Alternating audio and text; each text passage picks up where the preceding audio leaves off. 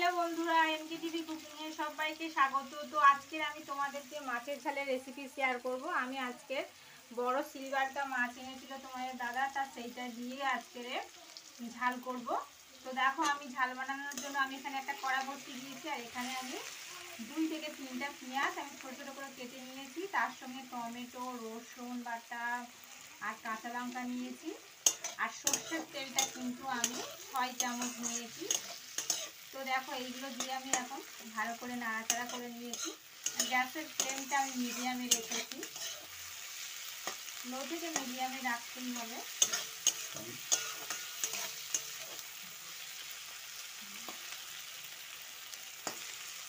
তো দেখো, পেঁয়াজগুলো আমি একটু হালকা নাড়াচাড়া করার পরে আমি স্বাদ মতো লবণ অ্যাড করছি। পেঁয়াজটা আমি অনেকটা ছোট করে নিয়েছি, সেই জন্য কিন্তু একটু সফট হয়ে গেছে। তো আবারও 1 মিনিট আমি লবণ দেওয়ার পরে নাড়াচাড়া করে নেব।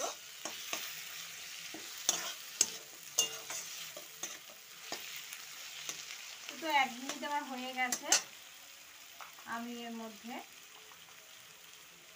অল্প লঙ্কার গুঁড়ো অ্যাড করছি, কারণ বেশি ঝাল খাই না আমরা, কাঁচা লঙ্কা যেহেতু দিয়েছি। আর এখানে দেখো, হলুদ গুঁড়ো আমি 1/2 চামচ অ্যাড করছি। এটাকে দিয়ে আবার আমি ভালো করে এটাকে কষিয়ে নেব। পেঁয়াজ, টমেটো, রসুন যেটা আমি দিয়েছি কড়াইয়ের মধ্যে।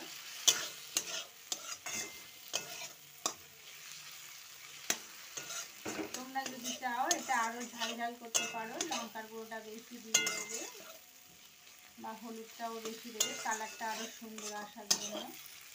বা এখানে কাশ্মীরি মিষ্টিটাও, যেটা রেড, সেটাও ব্যবহার করতে পারো মাছের ঝোলের কালারটা সুন্দর আসার জন্য।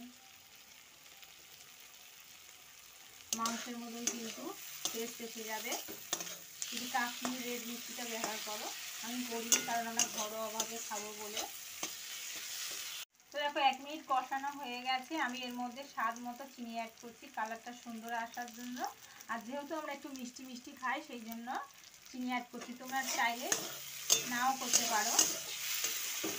এটা দিয়ে নাড়াচাড়া করে নিলাম। তারপরে কিন্তু আমি এখানে আদা, দেখো, আদা আর জিরে একসাথে আমি ভালো করে মিক্সারে বেটে নিয়েছিলাম, সেটা অ্যাড করব। তো 1 চামচ আমি এখানে আদা আর জিরে বাটাটা দিয়েছি। আর রসুনটা আমি প্রথমে তেলের মধ্যে দিয়েছি পেঁয়াজের সঙ্গে। এটাকে দিয়ে আবারও 1 মিনিট আমি ভালো করে। তো দেখো, আমার এখানে কষানো হয়ে গেছে। আমি এর মধ্যে জল অ্যাড করবো এবার।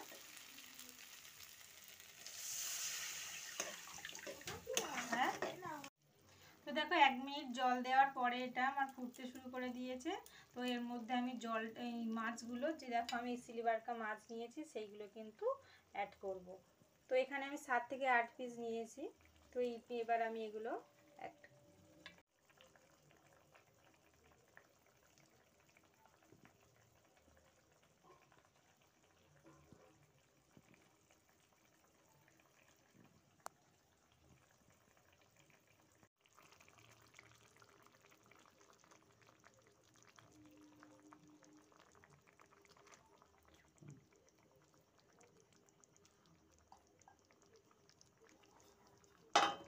তো এটাকে এবার আমি 2 থেকে 3 মিনিট একটু ঢাকা দিয়ে রেখে দেব।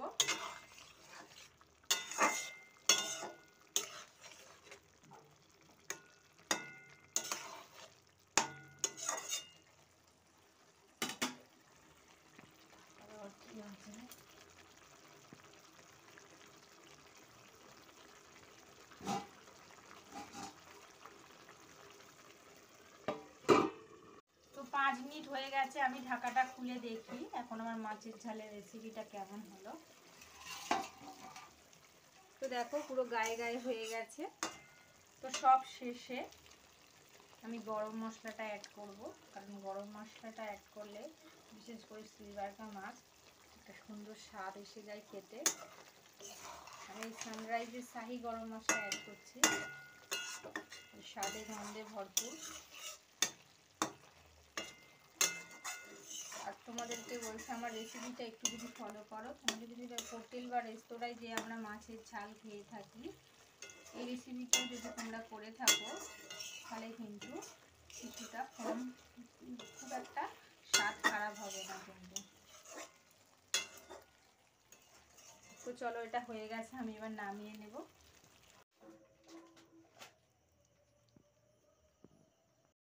তো দেখো আমি এটা নামিয়ে নিয়েছি, আর একটা সুন্দর করে সাজিয়ে দিচ্ছি।